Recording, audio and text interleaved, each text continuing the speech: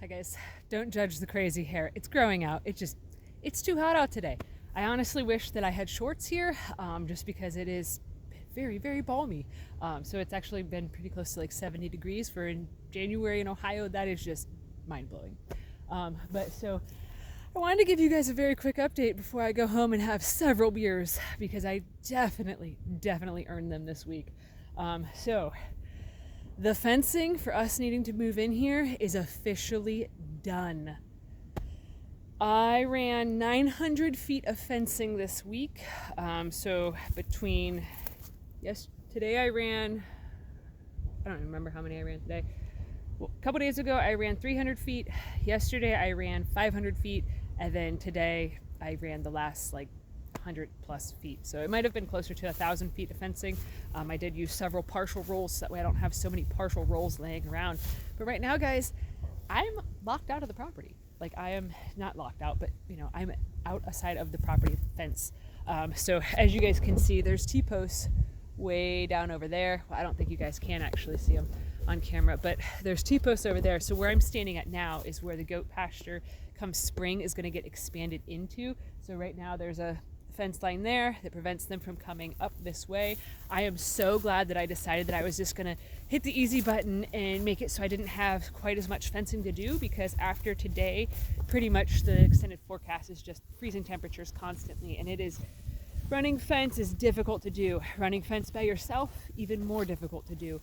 Running fence by yourself while it's cold out is a nightmare because you can't feel your fingers properly, and doing those little clippy dips, those things are really a booger to get done. Oh man, this just feels incredible to just see everything fenced in. Everything is ready for gates to go up. So tomorrow I'm going to work on, I also got all of the post holes dug today, so then that way I can put a gate up for the goats, for the main goats, a gate up for our male goat, and a gate up for the geese. And as you guys can see, this post here is already in place here. This is where we got the SUV stuck, is in this muddy mess here, which, this is going to be a driveway here to go back to the barn. So then whenever we have hay deliveries and stuff, well, they're not getting delivered, we're bringing it ourselves. Whenever we get hay, then we can actually take it all the way back to the barn. Whenever we get feed, we can take it all the way back to the barn, so then we don't have to keep toting and carrying so many things so far. At our current property, that is something that's extremely difficult and frustrating and tiring, is just how many steps you have to do just to accomplish anything. It's just an inefficient homestead design is something that can really kill the passion, kill the enjoyment of it. Sorry, I'm really thirsty. I found my pop. I had set it on that post back over there, and the wind blew it over. Thankfully, there was still some in it that it didn't spill out, but I am exhausted. Absolutely, completely, whoopsie, sorry.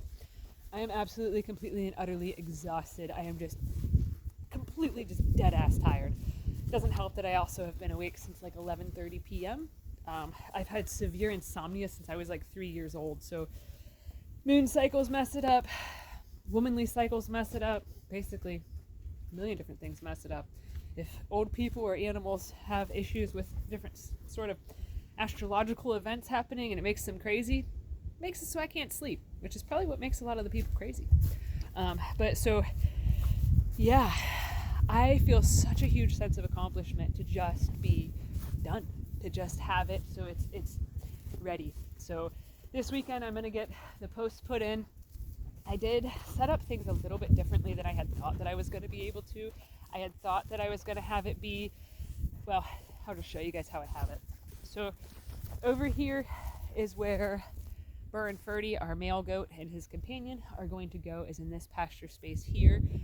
Originally, I was going to have this area over here closed off, but I realized that the easiest way for us to bring their house here is to basically take the trailer and bring it down this way in between these two tires.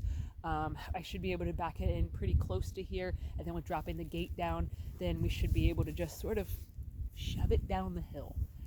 When I built everything at our current property, because I knew we would be moving, I made sure that everything was somewhat movable, so then that way whenever we got our place, as long as it had a barn, it was good to go. as long as it had some sort of shelter for the Maine goats, because there's 12 of them, and that'd be impossible to build a movable hut for that. I wanted to make sure, that sun is bright. Forgot my hat. It's in the car, ready to go. But so, yeah, originally this area here was fenced off. The ducks and geese, which are in this pasture area here, they shared a fence line originally with Burn, Ferdy, the male goat, and his companion, also his son. But I decided that I really wanted to leave this area here open, so then that way we can drive through here, because honestly, I'm guessing, I gotta switch arms, hold on. I'm guessing that to get the ducks and goose trailer into here, I'm probably gonna actually have to drive down this way, turn around, so that I can bring the trailer thing up into here. It's gonna be really, really hard. I am not the greatest backer-upper. I'm pretty new to learning how to back up with a trailer. So some sketchy stuff is probably gonna ensue. But nice thing is, since everything's just ran with T-posts, worst comes to worst, if things get really wonky, I can just pull stuff up, move things. Is not ideal, but I mean, it's very possible, it's very doable. But so this area back in here, I wanted to leave all of this just completely wild and stuff for right now. I don't want to put any animals on it. I don't want to move anything. For one, there's a gas line that runs through where there's that clearing in the trees, back where the sun's at, so you guys probably can't see it. But it runs across the property right in through here, and it goes, I don't think you guys will be able to say any clearing, but it goes basically right there. So I knew that gas lines are buried like 3 feet deep, so I knew it was fine to, throw the T-posts in there and all that stuff, but I didn't really want to put animals back here because, for one, this is kind of where I want it to be sort of like a Zen chill meditation zone, but I also want to make sure that we have room for expansion in the future. That's something that's very important when you're plotting out a homestead layout, is to make sure that you always have flexibility to move things, to grow things, to expand things, to shift things around. Because as you learn the land more, you'll learn where's wet, where's not wet, how high the water gets, which is something that here is a very big concern, since there are 2 streams that basically create the property lines.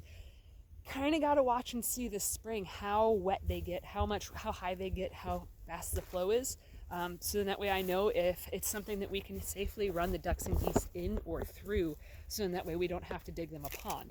A lot of different stuff with homesteading is just throughout the seasons observing and watching. So it's really nice that at this time of year is when we're moving in and getting things set up and established, so then that way we can hit the ground running with knowing, basically, we're going to find out come spring where not to put stuff, because it's already in a wet season. We've already had snow melt happen. We've already, experienced some rains and things of that nature. So the land is already speaking to us saying like, hey, don't drive back here again without gravel, stuff like that. But so yeah. That's it for today. I wanted to stop and show you guys the stream and stuff, just because it's so pretty back here. When I was running the fence over in here, for the ducks and goose area, I kept getting so distracted because I'm like, oh, it's so nice out. It's so warm out too. I just want to play in the water. I just want to go exploring some more. Yesterday I had to keep telling myself, no, you're not allowed to go explore. You have to pay attention. You have to keep working. You have to keep going. And that was hard. I did get distracted once, and I went and I seen the bottom of the property. I did find the property marker back there, and I got to witness where the streams collide together, and it's just such a magical space back there. But so, yeah, this area back in here is going to be really nice to just leave it as an open flex space. So I don't know what we'll end up doing with it besides, putting up some hammocks and some cool stuff back in here, so that way we can just get away from it all, get away from the farm noises and get away from the dogs and stuff. Because there are times that even though we love our animals, that we really need a break. Like when you haven't slept very much and everything's kind of driving you batty. But so, yeah, I'm going to start walking back to the car, get everything locked up, shut up, and ready to go back to the other house, because that is where the beer is at. I have no idea how I powered through this, to be quite honest with you guys. I don't know how my body handled it. I have no idea how I had found the strength, how I found the energy, how I tapped into so many reserves, except for that everything's aligning. This place feels so freaking magical that it's not even funny. And it makes me really glad that I can bring you guys here. digitally and stuff. Obviously, like bringing everybody physically, it wouldn't fit. But it's just, it fills my heart so much that we were gifted with such a place that has so much beauty and so much magic and so much just positive energy, and that it just flows so wonderfully here and is so peaceful. And that I've also been called to share my life with you guys. So that way, while the world is pretty much burning down and going to shit, like I'm standing here going, everything's perfect. It's amazing. There's still so many good things in the world. And that's just how it'll stay. I'm not going to dwell on any of the negativity because honestly, I don't watch the news. I don't watch anything. You know, basically, my philosophy is no matter what's happening in the world, you always need the same things: food, water, shelter. It doesn't matter what sort of conflicts there are, what sort of disagreements, what sort of drama is going on in the world. You're still going to always need the same things.